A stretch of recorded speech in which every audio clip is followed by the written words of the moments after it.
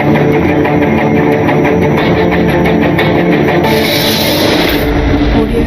students, welcome to Chennai IAS Academy. எல்லாருமே பார்த்தீங்கன்னா group 2க்கு மெயின்ஸுக்காகவும் குரூப் 4க்காகவும் படிச்சிருப்போம். இது மெயின்ஸ் சம்மந்தமான மெயின்ஸ் தேர்வுகளுக்கு எதெல்லாம் பண்ணணும் எதெல்லாம் பண்ணக்கூடாது. அதிகபட்சம் நான் எல்லாருமே சொல்கிறேன், ஒரு சில பேர் போன தடவை குரூப் 1 அட்டன் பண்ணியிருப்பீங்க, ஒரு சில பேர் போன தடவை குரூப் 2 அட்டன் பண்ணியிருப்பீங்க. ஓகே, அவங்களாம் விட்டுருங்க. ஃப்ரெஷர்ஸ் புதுசாக நான் வந்து குரூப் 2 மெயின்ஸ் வந்து நான் ஃபேஸ் பண்ணுறேன் சார், இந்த மாதிரி நான் வந்து காம்படிட்டிவ் எக்ஸாமில் இந்த மாதிரி நான் வந்து எந்த எக்ஸாம் ஃபேஸ் பண்ணது இல்லை அப்படிங்கிறதுக்காகவும், போன தடவை நல்லா பண்ணாதவங்களுக்காகவும் இன்னைக்கு நம்ம ஒரு வீடியோ வந்து போடுறோம். அதாவது மெயின் தேர்வுகள்ல, அதாவது டிஎன்பிசி குரூப் 2 முதன்மை தேர்வு மெயின்ஸ் தேர்வுல நம்ம எதெல்லாம் பண்ணணும் எதெல்லாம் பண்ணக்கூடாது. Okay, dos and do nots. Okay, அப்ப நிறைய விஷயங்களை வந்து கண்டிப்பா நம்ம அவாய்ட் பண்ண வேண்டியது இருக்குது, நிறைய விஷயங்கள் நம்ம புதுசா வந்து ஃபாலோ பண்ண வேண்டியது இருக்கு. அது ஃபர்ஸ்ட் வந்து டு நாட்ஸ் மட்டும் பார்ப்போம். அதே லிஸ்ட் அவுட்டா என்னென்ன பண்ணணும் எதெல்லாம் பண்ணக்கூடாது. ஓகே, ஃபர்ஸ்ட் பாயிண்ட் பாருங்க. Do nots listல first point, stay away from unnecessary materials, be selective. ஓகேங்களா, அதாவது நம்ம மார்க்கெட் எடுத்து பார்த்தீங்கன்னா நிறைய மெட்டீரியல்ஸ், நிறைய வீடியோஸ், நிறைய பிடிஎஃப் அவைலபிளாக இருக்கும். இப்போ ஒரு டாபிக் எடுத்து பார்த்தீங்கன்னா, ஃபார் எக்ஸாம்பிள் இப்போ புதுசாக வந்திருக்க நேஷனல் எஜுகேஷன் பாலிசி, இது ஒரு டாபிக் எடுத்துக்கோங்க. புதிய கல்விக் கொள்கை ஒரு டாபிக் மட்டும் எடுத்துக்கோங்க. இந்த ஒரு டாபிக்கு நீங்கள் ஏகப்பட்ட இடங்களை வீடியோக்கள் பார்க்கலாம், ஏகப்பட்ட இடங்களை வெப்சைட் அனலைஸ் பண்ணலாம், ஏகப்பட்ட இடங்களை பிடிஎஃப் அவைலபிளாக இருக்கும். அப்போ நிறைய நியூஸ் பேப்பர் கட்டிங் இருக்கும். அப்போ நிறைய ஒரு டாபிக்கு நிறைய மெட்டீரியல்ஸ் வந்து எடுக்கிறது வந்து அவாய்ட் பண்ணுங்க. ஓகே, நீங்கள் ஒரு டாபிக் செலக்ட் பண்றீங்கன்னா அந்த ஒரு டாபிக் ஒரு 3 பேஜ், அதாவது 2ல இருந்து 3 பேஜ் ஃபில் அப் பண்ற மாதிரி, நல்லா ஞாபகம் வச்சுக்கோங்க, 2ல இருந்து 3 பேஜ் ஃபில் அப் பண்ற மாதிரி ஒரு டாபிக்கு நீங்க ஆல்ரெடி எழுதி வச்சிட்டீங்கன்னா அதோட அந்த டாபிக் வந்து ஸ்டாப் பண்ணிடுங்க. ஓகேங்களா, அதுக்கப்புறம் அந்த டாபிக் பத்தி நிறைய அனலைஸ் பண்ணாதீங்க, நிறைய மெட்டீரியல்ஸ் வாங்கி குவிக்காதீங்க. ஓகே, ஒரு டாபிக்கை ரொம்ப நேரம் படிக்கிறதை விட நிறைய டாபிக்கை கொஞ்ச நேரம் படிச்சாலே போதும். ஓகே, இதுதான் வந்து மெயின்ஸ்க்கு தேவையான ஃபர்ஸ்ட் பாயிண்ட். இது நீங்க பண்ணக்கூடாது. Stay away from unnecessary materials. கண்டிப்பா நீங்க நிறைய மெட்டீரியல் அவாய்ட் பண்ணிருங்க. நிறைய ஒரே டாபிக்கை நிறைய நேரம் படிக்கிறதையும் நிறைய பாயிண்ட்ஸ் எழுதுறது அவாய்ட் பண்ணுங்க. இந்த ஒரு எஜுகேஷன் பாலிசிக்கு மட்டும் 10 பேஜ் 5 பேஜ் எழுதுறது வேணாம். ஜஸ்ட் 3 பேஜ், மேக்ஸிமம் 3 பேஜ் போதும். 15 மார்க் கேட்கறாங்களா 3 பேஜ் கேட்கற மாதிரி, 6 மார்க் கேட்கறாங்களா ஒரு பேஜ் எழுத 3/4 பேஜ் எழுதுற மாதிரி இங்க பாயிண்ட்ஸ் எழுத போய் அவ்வளவுதான். ஓகேங்களா, அப்போ ஃபர்ஸ்ட் பாயிண்ட் மெட்டீரியல் நிறைய அவாய்ட் பண்ணிக்கணும். ஓகே, செகண்ட் பாயிண்ட் பாருங்க, don't try mug up everything in one go. அதாவது ஒரே ஷாட்ல எல்லா விஷயத்தையும் மகப் பண்ண நினைக்காதீங்க. நம்ம ப்ரிலிம்ஸ்லயும் நீங்க நிறைய பேர் ஃபேஸ் பண்ண டிஃபிகல்ட்டி அதுதான்.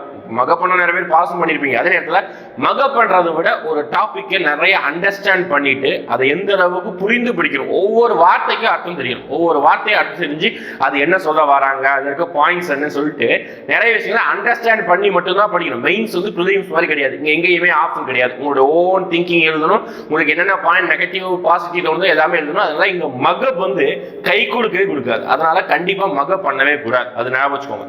ஃபேக்சுவல் பாயிண்ட் வேணா மகப் பண்ணலாம், தவிர கான்செப்ட் அதை எப்படி எழுதணும், பாசிட்டிவ் நெகட்டிவ் காசஸ் இதெல்லாம் மகப் பண்ண வேண்டிய தேவையில்லை.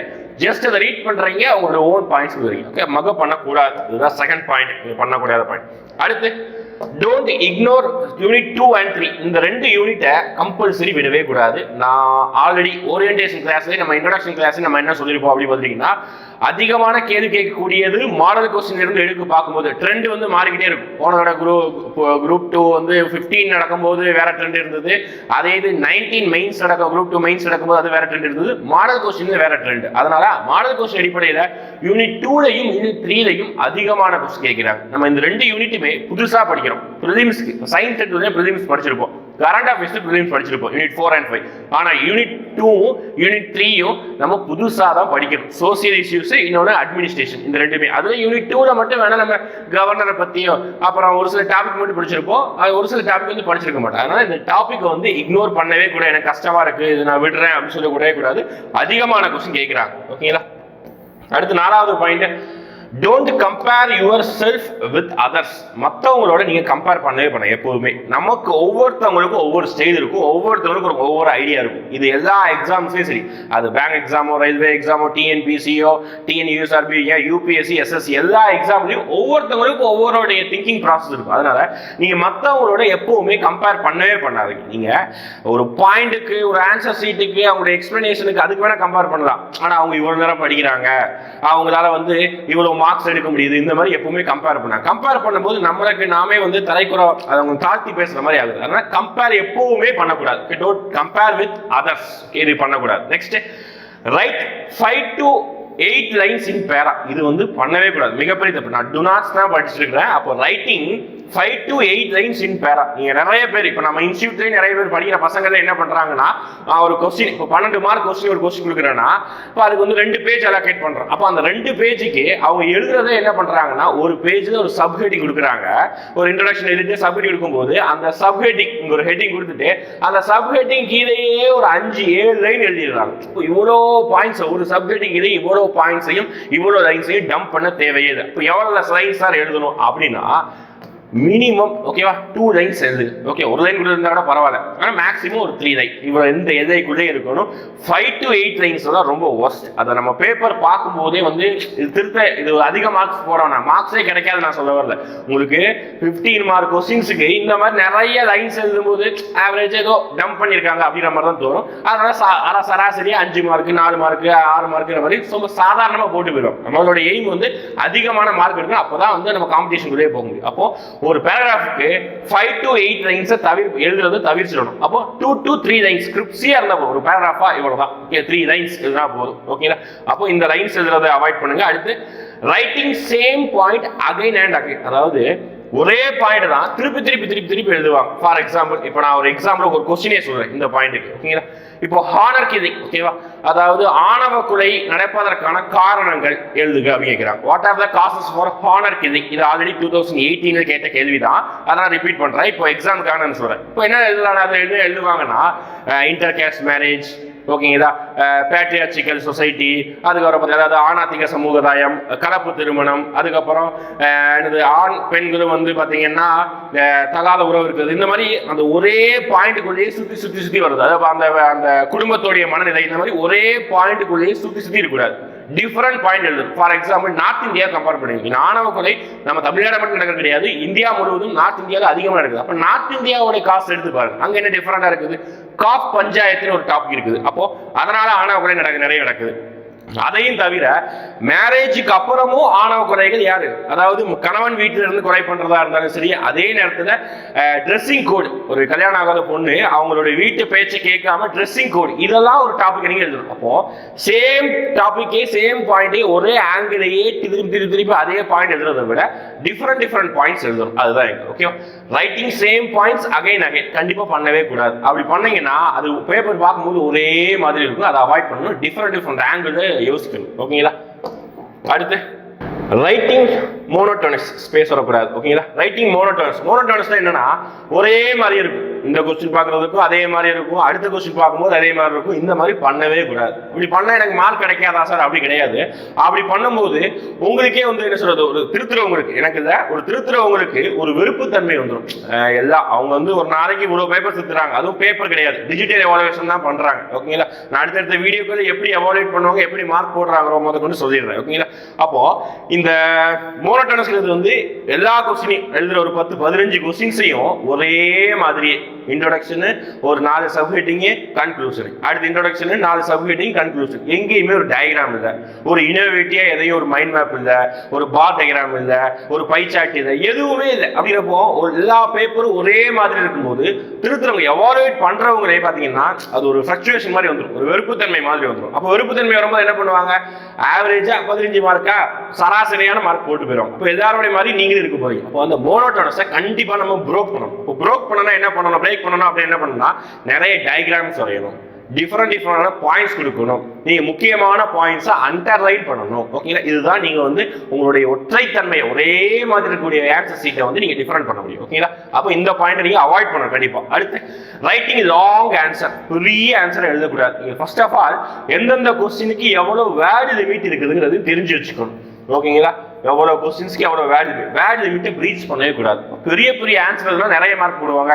நம்ம காலேஜ்ல ஸ்கூல்ல தான் ஒரு வழக்கம் இருக்குது, நிறைய பேப்பர்ல நிறைய மார்க். ஓகேங்களா? பெருசா நிறைய மார்க் போடுவாங்க. அதெல்லாம் இங்க எதுவுமே சொல்ல முடியாது. நீங்க வேர்டு லிமிட்டை பிரீச் பண்ணும்போது உங்க மேல ஒரு நெகட்டிவ் கிரியேட்டிவிட்டி வந்துடும். அதுதான் ஓகே. அப்ப ரைட்டிங் லாங் ஆன்சர்ஸ், நிறைய பெருசா ஆன்சர் வந்து அவாய்ட் பண்ணுங்க. ஷார்ட் அண்ட் கிரிப்ஸியா எழுதும், அவ்வளவுதான் எதிர்பார்க்கறது. அடுத்து ரைட்டிங் சிங்கிள் ஆன்சர், அதாவது அதேதான் ஒரே டாபிக் திருப்பி எழுதுறது, ஒரே ஆன்சர் தான் ஃபர்ஸ்ட் ஒரு பாயிண்ட் எழுதிருப்போம், பேப்பர் ஃபில்அப் பண்ணணும் அப்படின்றதுக்காக திருப்பி ஃபில்அப் பண்ணணும், அது ஒன்று. ஓகேங்களா, இந்த மாதிரி வந்து எழுதவே கூடாது. இதெல்லாம் டு நாட் ஸ்பாட். அடுத்து நீங்க பண்ண வேண்டியது என்ன, ஓகே, பண்ணக்கூடாதது எதுவும் பார்த்துட்டோம். அடுத்து நீங்க என்னதான் பண்ண வேண்டியது, அதுதான் அடுத்த பாயிண்டா பார்க்க போறோம். Be through with everything mentioned in the syllabus. ரொம்ப ரொம்ப ரொம்ப முக்கியம். உங்க சிலபஸ்ல இருக்கக்கூடிய ஒவ்வொரு வார்த்தையும் தரவா படிச்சிருக்கணும், ஒரு வார்த்தை கூட மிஸ் பண்ணக்கூடாது. ஃபார் எக்ஸாம்பிள், இப்போ நான் யூனிட் 3 எடுக்கிறேன், ஓகேவா? யூனிட் 3 உடைய சிலபஸ் நம்ம எடுக்கிறோம். ஃபர்ஸ்ட் பாப்புலேஷன் எக்ஸ்ப்ளோஷன், மக்கள் தொகை வெடிப்புல இருந்து அப்படியே கண்டினியூ ஆகும். பாவர்ட்டி, சானிடேஷன், சுகாதாரம், அதுக்கப்புறம் பார்த்தீங்கன்னா கரப்ஷன், அப்புறம் சிவிசி, லோக்பால், லோகாயுக்தா, இந்த மாதிரி எல்லா டாபிக்கும் இருக்கும். அப்போ ஒவ்வொரு பப்ளிக் சர்வீஸ், அப்புறம் ரைட் டு இன்ஃபர்மேஷன், இந்த மாதிரி ஒவ்வொரு டாபிக்கையும் நம்ம தரவா இருக்கணும். அந்த ஒரு பாயிண்ட சுத்தியும் நம்ம ஆல்ரெடி ஒரு வீடியோ போட்டிருந்தோம், மக்கள் தொகை வெடிப்புக்காக மட்டுமே என்னென்ன டாபிக்ஸ் எல்லாம் நம்ம கவர் பண்ண வேண்டியது இருக்குது அப்படின்னு சொல்லிட்டு வீடியோ போட்டோம். அதே மாதிரி அந்த சிலபஸ் ஒவ்வொரு வார்த்தையையும் நம்ம சுத்தி எல்லா ஆங்கிளையும் படிச்சுக்கணும், அதுதான் இங்க சொல்றாங்க. அப்போ be through with everything mention in the syllabus. ஒவ்வொரு பாயிண்ட் ஈச் அண்ட் கார்னர் வரைக்கும் கவர் பண்ணணும். ஓகேங்களா, சிலபஸ்ல இல்லாத பாயிண்ட கவர் பண்றதை விட சிலபஸ் இருக்கிற பாயிண்ட தரவா இருந்தீங்கன்னா ஈஸியா மார்க் எடுக்கலாம். ஏன்னா சிலபஸ் தாண்டி ஒரு கொஸ்டின் வெளியே போக முடியாது, மேபி கரண்ட் அஃபேர்ஸ் வரப்போகுது, அவ்வளவு. ஓகேங்களா, அப்போ ஃபர்ஸ்ட் பாயிண்ட் ரொம்ப ரொம்ப முக்கியம். அடுத்து B familiar with previous year questions. ஏன் சார் ப்ரீவியஸ் இயர் கொஸ்டின் படிக்கணும்னா, அந்த ட்ரெண்டை வந்து பாக்குறதுக்காக ப்ரீவியஸ் இயர் என்னதான் நான் சொன்னாலும் இப்படிதான் கொஸ்டின் கேட்கிறாங்க, இது இவ்வளவு மார்க் கேட்கிறாங்க அப்படின்னு சொன்னாலும்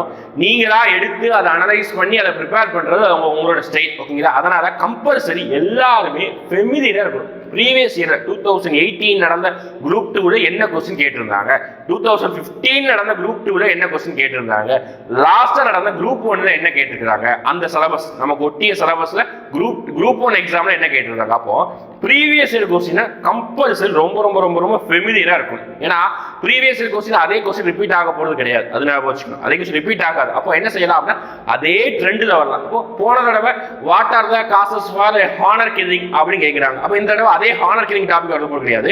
இந்த தடவை what are the causes for domestic violence கேட்கலாமா, கான்சிக்வன்ஸ் ஆஃப் டொமஸ்டிக் வயலன்ஸ் கேட்கலாமா. அப்போ அந்த ஒரு வார்த்தைக்கு பதிலாக வேற ஒரு வார்த்தை கொடுக்குறாங்க, அவ்வளவுதான். ஓகே, அப்போ ப்ரீவியஸ் இயர் கொஸ்டின் தரவா இருந்தாதான் எப்படி கொஸ்டின் கேட்பாங்கிறது நமக்கு தெரியும். ஓகேங்களா, இது ஒரு முக்கியமான பாயிண்ட்.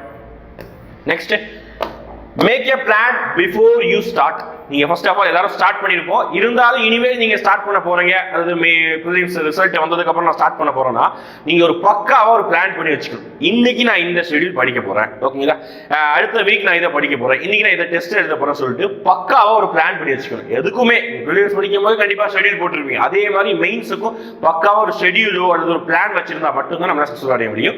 அதுக்கப்புறம் ஒரே சப்ஜெக்ட் ரொம்ப நேரம் படிக்கிறது நிப்பாடிக்கணும். ஓகேங்களா, இன்னைக்கு நான் காலைல எடுத்து வந்து சயின்ஸ் எடுக்கிறேன், நைட்டு வரைக்கும் ஈவினிங் வரைக்கும் நான் சயின்ஸ் மட்டுமே படிக்கிறேன், அதெல்லாம் வந்து விட்டுருங்க. ஓகேங்களா, இதெல்லாம் வந்து இந்த மெயின்ஸுக்கு வந்து அதை வெறுத்து போயிடும். அந்த ஒரே சப்ஜெக்ட் ரொம்ப நேரம் படிக்கிறேன், ஒரு 3 மணி நேரம், அதை 10 மணி டு 1 மணி நேரம், ஒரு மணி வரைக்கும் என்ன பண்றீங்கன்னா சயின்ஸ் படிங்க. அதுக்கப்புறம் 1 மணி முடிஞ்சு சாப்பிட்டதுக்கு அப்புறம் சயின்ஸ் படிக்க முடியாது. சாப்பிட்டதுக்கு அப்புறம் என்ன பண்ணலாம், ஒரு பாலிட்டி படிக்கலாம், ஒரு 1.5 மணி நேரம் 2 மணி நேரம் கேப் விடுவோம். ஒரு 3 மணிக்கு புக் எடுங்க, 3 மணிக்கு புக் எடுக்கும்போது ஒரு 3 to 5 மணி வரைக்கும் பாலிட்டி படிங்க, யூனிட் 2 படிங்க, அவ்வளவுதான். அப்போ இந்த மாதிரி ஒரு நாளைக்கு மினிமம் 2 சப்ஜெக்ட், மேக்ஸிமம் ஒரு 3 சப்ஜெக்ட் படிக்கிற மாதிரி ஒரு டைவர்சிவா திங்க் பண்ணிக்கோ. ஒரே நாளைக்கு ஃபுல்லா அதே சப்ஜெக்ட் படிக்காது. ஓகேங்களா, next, current affairs regular rather than monthly. அதாவது டெய்லி கரண்ட் அஃபேர்ஸ் படிக்கிற மாதிரி ஃபாலோ பண்ணிக்கோங்க. மந்த்லி ஒரு சில வெப்சைட்ல மந்த்லி கம்பேரிசன் இருக்கும், நான் அதை மட்டும் ஜஸ்ட் டவுன்லோட் பண்ணிக்கிறேன் சார், அதை மட்டும் நான் படிச்சுக்கிறேன், இதை வந்து அவாய்ட் பண்ணுங்க. டெய்லி நியூஸ் பேப்பர் ஃபாலோ பண்ணுங்க.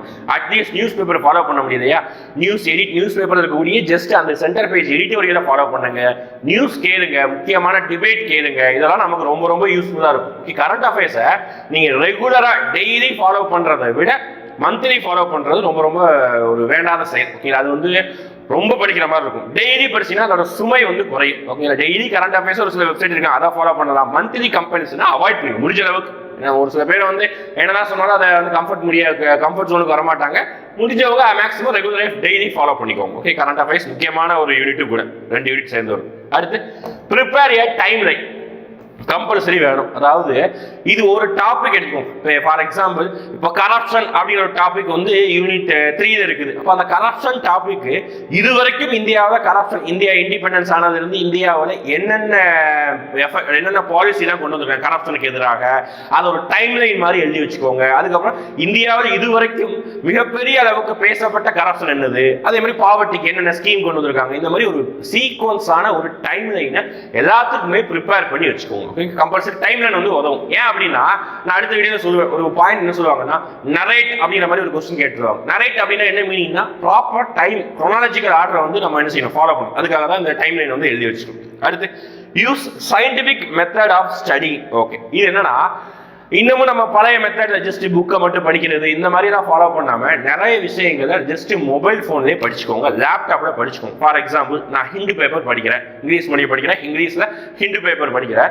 ஹிந்து பேப்பர் இன்னைக்கு டெய்லி படிச்சீங்கனாலே அது 2-3 மணி நேரம் போயிடும். நமக்கு தேவையில்லாத இல்லை, சப்ஜெக்டை மீறி மெயின்ஸை மீறி நிறைய டாபிக்ஸ் அங்கே இருக்கும். அது நமக்கு வந்து இப்போதைக்கு படிக்கிறது தேவையில்லை. அப்போ நீ என்ன பண்ணலாம்னா அந்த ஹிந்து பேப்பர்ல டெய்லி வரக்கூடிய எடிட்டோரியல் பேஜுக்கு அடுத்த பேஜ் ஒப்பேடு பேஜ் இருக்கு, ஓப்பன் எடிட்டோரியல் பேஜ். அந்த பேஜ்ல இருக்கக்கூடிய கீழே ஒரு பாக்ஸ்ல டேட்டா மட்டும் கொடுத்துருப்பாங்க. கீழே ஒரு பாக்ஸ்ல டேட்டாக்காக மட்டுமே ஒரு பாக்ஸ் போட்டு ஒரு கிராஃபோ ஏதாவது டேட்டாவோ கம்பல்சரி கொடுப்பாங்க. அப்போ அந்த இமேஜை மட்டும் நீங்க சின்னதா ஒரு ஸ்கிரீன்ஷாட் எடுத்து வச்சுட்டு அதை டெய்லி ஸ்கிரீன்ஷாட் எடுத்து வச்சுட்டு அப்பப்போ அதை ரிவைஸ் பண்ணிட்டு வரலாம். இந்த மாதிரி சயின்டிபிக்கா நீங்க எந்த அளவுக்கு நீங்க மொபைல் போனை அதிகபட்சம் அவாய்டு பண்ணணும், அதே இடத்துல படிப்பு சம்பந்தமா நீங்க மொபைல் போனை யூஸ் பண்ண பழகிக்கணும். ஓகே, அதான் சயின்டிபிக் மெத்தட். எல்லாத்தையும் உட்காந்து நோட்ஸ் எழுதி அதை டைம் எடுத்து அதை பண்றதை விட மொபைல்ல அதிகமான விஷயங்களை ஸ்டோர் பண்ண மாதிரி பார்த்துக்கோங்க. அவ்வளவுதான். கம்ப்யூட்டர் யூஸ் பண்ண பார்த்துக்கோங்க. நெக்ஸ்ட் அது சொன்ன மாதிரி நிறைய லாங் ஆன்சர் எதுவும் விட ஒரு பேரா அப்படின்னா ஒரு டாபிக் கொடுக்குறேன். ஓகேவா, ஹானருக்கு எதுங்க என்ன காசஸ் அப்படி கொடுக்குறேன்னா அதுல ஒரு சப்ஹெட் இருக்கு, சோசியல் காசஸ் அப்படின்னு கொடுத்துட்டு இது நான் 2 லைன் தான் எழுதுறேன். அவ்வளவுதான், போதும். 2 லைன் அல்லது 3 லைன் 4 லைன் போதும், அவ்வளவுதான். மேக்ஸிமம் 4 பெருசா வந்துடும். ஓகேங்களா, ஒரு 2 to 3 லைன் இருந்தாலே தாராளமா போதுமானது. ஒரு paragraph should be 2 to 4 lines compulsory. இது நீங்க ஃபாலோ பண்ணீங்கனாலே உங்களுக்கு அந்த பேப்பரோடைய ஸ்ட்ரக்சரைசேஷன் கம்பல்சரி வந்து ஈஸியா வந்துடும். அவ்வளவுதான். நீ இதை ஃபாலோ பண்ணாம தான் நமக்கு எல்லாமே தெரியும் சொல்லிட்டு நிறைய தெரிஞ்ச விஷயம் எல்லாத்தையுமே நம்ம உட்காந்து டம்ப் பண்ணிட்டு இருப்போம். அதை வந்து அவாய்ட் பண்ணிக்கோங்க. ஓகேங்களா, பேராகிராஃப் கண்டிப்பா 2 to 4 லைன்ஸ் இருக்கணும். Next right different points. நான் சொன்ன மாதிரி தான், ஒரே பாயிண்டே திருப்பி எழுதாம டிஃபரெண்ட் ஆங்கிள் யோசிங்க. எப்படி சார் டிஃபரெண்ட் ஆங்கிள் யோசிக்கலாம்? ஒரு பாயிண்ட் எடுத்துக்கோங்க, ஒரு பாயிண்ட ஹிஸ்டாரிக்கல் பர்பஸா எழுதுங்க. ஓகே, ஹிஸ்டாரிக்கலா இந்தியாவில் என்னென்ன விஷயங்கள் நடந்தது, கரப்ஷன் ஹிஸ்டாரிக்கலா என்னென்ன விஷயங்கள் நடந்தது, இண்டிபெண்டன்ஸ் முன்னாடி பிரிட்டிஷ் கம்பெனி டைம்ல என்னென்ன கரப்ஷன் நடந்தது, அப்ப ஹிஸ்டாரிக்கலா எழுதுங்க. அடுத்து அதே ஒரு பாயிண்ட் பொலிட்டிக்கலா எழுதுங்க. ஓகே, பொலிட்டிக்கலா எழுதுங்க. அதே மாதிரி சொசைட்டில என்னென்ன விஷயங்களா இருக்குது, மக்களே திருந்தரும். கரப்ஷனுக்கு ஃபர்ஸ்ட் பாயிண்ட் என்ன அர்த்தம், மக்களே அவங்கள வந்து சேஞ்ச் பண்ணிக்கணும். அப்போ இந்த மாதிரி ஒரு பாயிண்ட் தான் நான் சொல்றேன். இந்த ஒரே பாயிண்டையே நம்ம ஹிஸ்டாரிக்கலா, பொலிட்டிக்கலா, சோசியலா இந்த மாதிரி மல்டி டைவர்சிட்டி நம்ம யோசிக்கணும். எந்த அளவுக்கு நீங்க யோசிக்கிறீங்களோ அந்த அளவுக்கு உங்களுடைய மூளை வந்து பக்குவம் அடையும். அந்த அளவுக்கு நீங்க இப்போ யோசிக்கிற திறனை நீங்க நாளைக்கு வேலைக்கு போயிட்டு குரூப் 2 அதிகாரி ஆனதுக்கு அப்புறம் நீங்க அந்த இடத்துல அதை இம்ப்ளிமெண்ட் பண்ண போறீங்க. அவ்வளவுதான். நீங்க தான் ஒரு தனி பர்சனா, யூனிக் பர்சனா நீங்க காமிக்க போறீங்க. அப்போ இந்த அளவுக்கு டிஃபரெண்ட் டைவர்சிட்டியா யோசிங்க. ஹிஸ்டாரிக்கல், பொலிட்டிக்கல், சோசியோ, அதுக்கப்புறம் எக்கனாமிக்கல் சொல்லிட்டே இருக்கலாம். எக்கனாமி ரிலேட்டடா என்ன காசு இருக்குது, இந்த மாதிரி மல்டி டைவர்சிட்டியை நீங்க யோசிச்சீங்கன்னா, நீங்க நோட்ஸ் எடுக்கும்போது அப்படி யோசிச்சீங்கன்னா எல்லா பாயிண்ட்டும் ஈஸியா அடிச்சுட்டு போயிடலாம். ஓகேங்களா, அதான் ரைட் டிஃபரெண்ட் பாயிண்ட்ஸ். நெக்ஸ்ட் அதே மாதிரி தான் பிரேக் த மோனோட்டோனஸ் அப்படி சொல்றாங்க. அதாவது ஒற்றைத்தன்மை ஒரே மாதிரி இருக்குது, பிரேக் பண்ணணும். அப்போ ஒரே மாதிரி இருக்குது, பிரேக் பண்ணனா என்னதான் கொடுக்கணும் அப்படி பார்த்தீங்கன்னா ஒரு டயக்ராம் கொடுக்கலாம். ஓகேங்களா, ஒரு சார்ட் கொடுக்கலாம், ஒரு சார்ட்டோ அல்லது ஒரு கிராஃபோ கொடுக்கலாம். அதுவுமே இல்லையா, என்னால் அதெல்லாம் கொடுக்க முடியல சார் அப்படின்னா ஜஸ்ட் இப்போ ஏதாவது ஒரு விஷயத்துக்கு எல்லாத்துக்கும் நம்ம மேப் வரைய முடியாது. ஏதாவது விஷயத்துக்காக நம்ம என்ன வரையலாம், மேப் வரையலாம். India map just 2 second India map வரைஞ்சு முடிச்சிடணும். இந்த மாதிரி போடுங்க.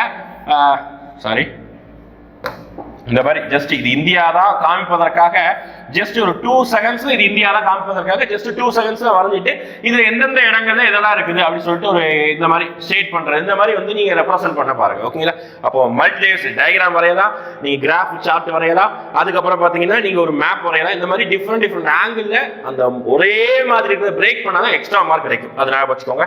அடுத்து ரைட் ஷார்ட் ஆன்சர் சொல்லிட்டேன். ராங் ஆன்சர் இதோட சிம்பிளா ஷார்ட் அண்ட் கியூட்டா எழுதிடணும். ஓகேங்களா, அடுத்து பிராக்டிஸ் டிஃபரெண்ட் ஆங்கிள். நான் சொல்றது டிஃபரெண்ட் ஆங்கிள் யோசிச்சீங்கன்னா நிறைய பாயிண்ட்ஸ் கிடைக்கும். ஒரே பாயிண்ட்ல உங்களோட திங்கிங் பாயிண்ட்டையும் பாத்தீங்கன்னா குதிரைக்கு கடிவாளம் கட்டி விட்ட மாதிரி நீங்க ஒரே விஷயத்தை மட்டும் ஃபோக்கஸ் பண்ணக்கூடாது. இல்ல, நிறைய விஷயங்களை ஃபோக்கஸ் பண்ணணும். சுத்தி பாருங்க, உங்க சமுதாயத்தில் என்ன நடக்குது, நார்மலா பேப்பர் படிங்க, என்னென்ன குற்ற சம்பவங்கள் நடக்குது, அந்த குற்ற சம்பவங்கள் ஏன் நடக்குது, ஜஸ்ட் நீங்க திங்க் பண்ணாலே தாராளமா டிஃபரெண்ட் ஆங்கிள் வந்து எடுத்துடலாம். ஓகேங்களா, அடுத்து make a proper study plan. அது சொன்ன மாதிரி தான் ஒரு ஸ்டடி பிளானை நீங்களே உங்களுக்கு ஓனாவே நீங்களே ஒரு ஸ்டடி பிளான் எழுதிக்கோங்க. அந்த ஸ்டடி பிளானை தாராளமா எப்பவுமே ஃபாலோ பண்ணுங்க. அப்படி ஃபாலோ பண்ணா மட்டும்தான் சக்சஸ்ஃபுல் அடைய முடியும். டெய்லி இவ்வளவு நேரம் படிக்க போறேன், அதுல என்னென்ன டாபிக் படிக்க போறேன். அடுத்து balance the time between the all subject. ஒவ்வொரு சப்ஜெக்ட்டுக்கும் ப்ராப்பர் அலோகேஷன் இருக்கணும். ஓகேங்களா? எந்த சப்ஜெக்ட்டுக்கு அதிக கொஸ்டின் கேட்கிறாங்களோ அப்போ அதிக நேரம் ஃபோக்கஸ் பண்ணுங்க. எந்த சப்ஜெக்ட்டுக்கு கொஞ்சம் கம்மியான கொஸ்டின் கேட்கிறாங்களோ அது கொஞ்சம் கம்மியான செய்யணும். ஆனா எந்த சப்ஜெக்டையும் ரொம்ப விட்டுறவும் கூடாது, ரொம்ப அதிக நேரம் சொல்லணும். அதுதான் எல்லா சப்ஜெக்டையும் ப்ராப்பரா டைம் வந்து பேலன்ஸ் பண்ணிட்டே இருக்கணும். Next daily answer writing. இதுதான் ரொம்ப ரொம்ப ரொம்ப முக்கியமான பாயிண்ட். நீங்க பண்ண வேண்டிய முக்கியமான பாயிண்ட்களை, அதுவும் இனிஷியல் தொடக்க காலங்களில் நீங்க பண்ண வேண்டிய முக்கியமான பாயிண்ட்கள் மிக முக்கியமான பாயிண்ட். டெய்லி ஆன்சர் ரைட் பண்ணணும். டெய்லி குறைஞ்சது இப்பதான் இனிஷியலா ஸ்டார்ட் பண்றீங்க அப்படின்னா ஒரு நாளைக்கு 2 கொஸ்டின் அது எழுதி பாருங்க. கம்பல்சரி, நான் சொல்லுது மினிமம்லாம் கிடையாது, கம்பல்சரி 2 கொஸ்டின் எழுதி பார்க்கணும். ஒரு நாட்கள் போனதுக்கு அப்புறம் நீங்க என்ன பண்ணணும், டெய்லி எழுதுறதுதான் என்னோட பொறப்பாவே எடுத்துக்கணும். ஓகேங்களா? அப்போ ஒரு நாளைக்கு ஒரு 5 கொஸ்டின், ஒரு நாளைக்கு ஒரு 10-15 பேஜ் எழுதுறேன். இந்த மாதிரி எழுதும்போது தான் உங்களுக்கு அந்த ஃபாஸ்ட் வரும். ஓகேங்களா? ஃபாஸ்ட் பிரசன்டேஷன் எல்லாமே வரும். அப்போ ரைட்டிங் ப்ராக்டிஸ் டெய்லி பண்ணணும். ஒரு நாள் கூட மிஸ் பண்ணக்கூடாது. அக்டோபர் வரைக்கும் நீங்க வந்து சண்டே ஹாலிடே வெக்கேஷன் போறது, அதுல பாத்தீங்கன்னா எங்கேயாவது கல்யாணத்துக்கு வீட்டுக்கு போறது, இது எல்லாத்தையும் மறந்துடுங்க. இந்த ஒரு 3 மாசம் 2 மாசம் நீங்க கஷ்டப்பட்டீங்கன்னா அடுத்து உங்க ஃபியூச்சரே, ஒரு ஜெனரேஷன் ஃபுல்லாவே பாத்தீங்கன்னா ரொம்ப சக்சஸ்ஃபுல்லா இருப்பாங்க. அது ஞாபகம் வச்சுக்கோங்க. ஞாபகம் வச்சுட்டு எல்லாத்தையும் படிங்க. அடுத்து make notes on every topics in syllabus. நான் சொன்னதுதான், ஒவ்வொரு டாபிக்கையும் கம்பல்சரி நோட்ஸ் எடுத்துக்கணும். கரப்ஷனை பத்தி நோட்ஸ், பாவர்ட்டி பத்தி நோட்ஸ், ரைட் டு இன்ஃபர்மேஷன் பத்தி நோட்ஸ், அப்புறம் வந்து டொமஸ்டிக் வயலன்ஸ் பத்தி நோட்ஸ், எல்லாத்தையும் பத்தி ஒரு ப்ராப்பரா நீங்க சிலபஸ் நோட்ஸ் எடுத்து வச்சிட்டீங்கன்னா ஈஸியா இருக்கும். அடுத்து test serious to evaluate your progress. அதாவது நீங்க டெஸ்ட் சீரியஸ் நான் கம்பல்சரி நான் போட போறணும் அப்படின்னு சொல்றது கிடையாது. ஆனா நீங்க டெஸ்ட் சீரியஸ் போடும்போது என்ன ஆகும் அப்படின்னு பாத்தீங்கன்னா உங்களுடைய growth உங்களுக்கே தெரிய வரும். உங்களுடைய எவல்யூஷன் எப்படி தான் நீங்க மாறிட்டீங்க. ஃபர்ஸ்ட் இனிஷியலா எனக்கு எழுதவே முடியல, டைமே பத்தல, ஒரு கொஸ்டின் எழுதுறதுக்கே எனக்கு 10 நிமிஷம் ஆனது. ஆனா டெஸ்ட் சீரியஸ் நான் ரெகுலரா ஃபாலோ பண்ணிட்டே இருக்கும்போது எனக்கு என்ன ஆச்சு அப்படின்னா ஒரு கொஸ்டினை கரெக்டா 3.5 மினிட்ஸ்ல நான் முடிச்சிடுறேன். அதுதான் ஒரு டெஸ்ட் சீரியஸ் கண்டிப்பா கை கொடுக்கும். ஏன்னா எழுத பிராக்டிஸ் நீங்களா எழுதவும் செய்யலாம். ஆனா எழுதும் போது நமக்குன்னு ஒரு கமிட்மெண்ட் வந்துடும், நமக்குன்னு ஒரு சோம்பேறி இருக்கும். அதெல்லாம் அவாய்ட் பண்றதுக்கு ஒரு டெஸ்ட் சீரியஸ் வந்து நம்ம கை கொடுக்கும். ஓகே, மத்தவங்க அவங்க தான் எழுதுறாங்களே அப்படின்னு சொல்லிட்டு நமக்கு ஒரு பயமாவது வரும். அதுதான் இங்க. ஓகேங்களா? Next B motivated and keep positive mind set. அதுதான் முக்கியம். எப்பவுமே மோட்டிவேட்டடா இருந்துக்கோங்க. நம்ம கிடைக்கும் அதை மட்டும் நீங்க ஃபோக்கஸ் பண்ணிக்கோங்க. கட் ஆஃப் அதெல்லாம் என்ன கன்ஃபியூஸ் ஆயிட்டா, படிக்க வந்தாச்சா உள்ள இறங்கிடுங்க, அவ்வளவுதான். ஓகேங்களா? எப்பவும் மோட்டிவேட்டடா இருங்க. எனக்கு கிடைக்கும். ஏன்னா வந்து காம்படிஷனும் மெயின்ஸ் ப்ரிலிம்ஸ் விட மெயின்ஸ்ல காம்படிஷன் கம்மியா தான் இருக்கும். எல்லாராலையும் மெயின்ஸ் வந்து கரெக்டா படிச்சுக்க முடியாது. அதே நேரத்துல நான் சொன்ன மாதிரிதான் 300 மார்க்குக்கு நீங்க ஒரு ஆஃப்டர் ஆல் ஒரு 160 பிளஸ் அது 150 பிளஸ் எடுத்தீங்கன்னா நீங்க கன்ஃபார்ம் போஸ்டிங். அந்த அளவுக்கு தான் வந்து சுலபமா தான் இருக்கும் போது போஸ்டிங்ஸும் அதிகம். அதை நான் வச்சுக்கோங்க. அடுத்து லாஸ்ட் பாயிண்டா ஸ்டே கன்சிஸ்டன்ட் அண்ட் கான்ஃபிடென்ட்டா இருங்க. எதுக்காகவும் யார் பேச்சு கேட்டு எதுக்காகவும் மனம் தளர விடாதீங்க. கண்டிப்பா படிங்க. படிச்சது கிடைக்காது எதுவுமே கிடையாது. நீங்க டெய்லி ப்ரிப்பேர் பண்ணணும். ஒரு நாளோ ஒரு வாரமோ நீங்க கேப் விடும்போது உங்களால வந்து அது அப்படியே வந்து கொஞ்சம் டல்லான மாதிரி தெரியும். அப்ப டெய்லி ப்ரிப்பேர் பண்ணும்போது அந்த இடைவெளி இல்லாம ப்ரிப்பேர் பண்ணா நமக்கு அது மோட்டிவேட் ஆகும். இந்த ஒரு 2-3 மாசத்தை நீங்க பயன்படுத்திட்டீங்கன்னா உங்களுக்கு நீங்க வந்து குரூப் 4 அதிகாரி நீங்க மாறின ஞாபகம். குரூப் 4 அதிகாரி ஆனீங்கன்னா நீங்க அடுத்து குரூப் 2 அதிகாரி ஆகிறது குறைந்தபட்சம் 20 வருஷம் ஆகும். நீங்க ப்ரொமோஷன் அடிப்படையில். அதே நீங்க குரூப் 2 அதிகாரி ஆயிட்டீங்கன்னா நீங்க உங்களோட வாழ்க்கையில 20 வருஷத்துக்கு நீங்க சேவ் பண்றீங்க. அந்த அளவுக்கு ஒரு காம்படிஷன் நிறைந்த உலகத்துல நீங்க படிங்க, வெற்றி கண்டிப்பா கிடைக்கும். அதை நோக்கி நீங்க படிச்சிருக்கீங்க. அடுத்தடுத்த வீடியோக்கள்ல என்ன பண்ண போறோம்னா மெயின்ஸுக்காக அந்த வார்த்தைகள், for example evaluate, enumerate, illustrate, இந்த மாதிரி ஒவ்வொரு வார்த்தைக்கும் என்ன டிஃபரன்ஸ், அதுக்கப்புறம் ஒவ்வொரு டாபிக்கும் எங்க இருந்து சோர்ஸ் எடுக்கலாம் நான் PDF கூட உங்களுக்கு ஷேர் பண்றேன். அப்போ அடுத்தடுத்த வீடியோக்களை மெயின்ஸுக்காகவும் நம்ம தனிப்பட்ட முறையில் வீடியோக்கள் பார்க்கலாம். கண்டிப்பா நீங்க ஃபாலோ பண்ணிட்டே இருங்க. சேனலை சப்ஸ்கிரைப் பண்ணிக்கோங்க. நோட்டிபிகேஷன் பட்டன் கிளிக் பண்ணிக்கோங்க. உங்களுக்கு வரக்கூடிய வீடியோஸ் எல்லாமே நோட்டிபிகேஷனா வந்து சேரும். ஓகேங்களா? தேங்க்யூ.